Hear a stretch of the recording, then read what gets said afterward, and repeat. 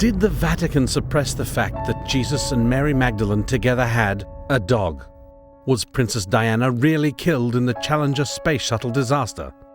Is the Loch Ness Monster actually a descendant of Jesus' magic dog? Did the Twin Towers really ever exist? The clues are everywhere if one chooses to make stabs in the darkness. Who are the shadowy elite that tell the lies which the rest of humanity believes? They are more powerful than the government, than even the Freemasons and the Illuminati. Their all-seeing eye watches you with your technology, from your money and your reflective surfaces. It is these eyes whom the late Tupac Shakur refers to in the title of his album, All Eyes on Me. He caught their attention when he sang the words, "Vice President Quayle, eat a dick up."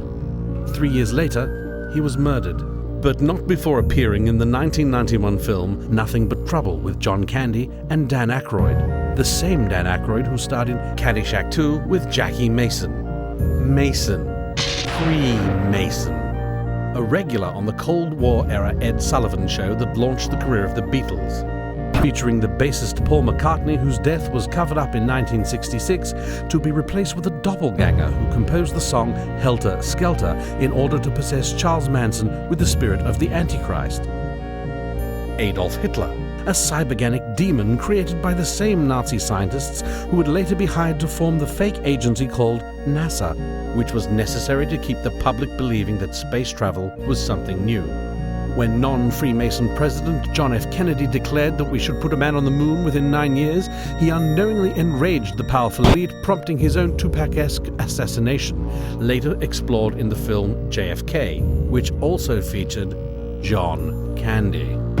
And so the Apollo landings were faked by NASA, so as not to reveal the truth that the moon is nothing more than a prehistoric hologram which has always shielded mankind's eyes from the enormous starcraft behind it. The elite produced the film Close Encounters of the Third Kind, which forever connected UFO cover-ups with Hollywood fiction in the mind of the public.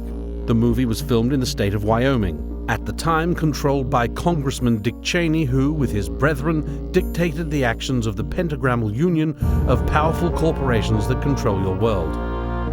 Tentacles of the same beast whose eyes are everywhere, all-seeing like the pagan owl on our dollar bill, and in our culture, knowing all information, deceiving us with lies. All of mankind, the playthings of these unseen puppet masters, for all eternity.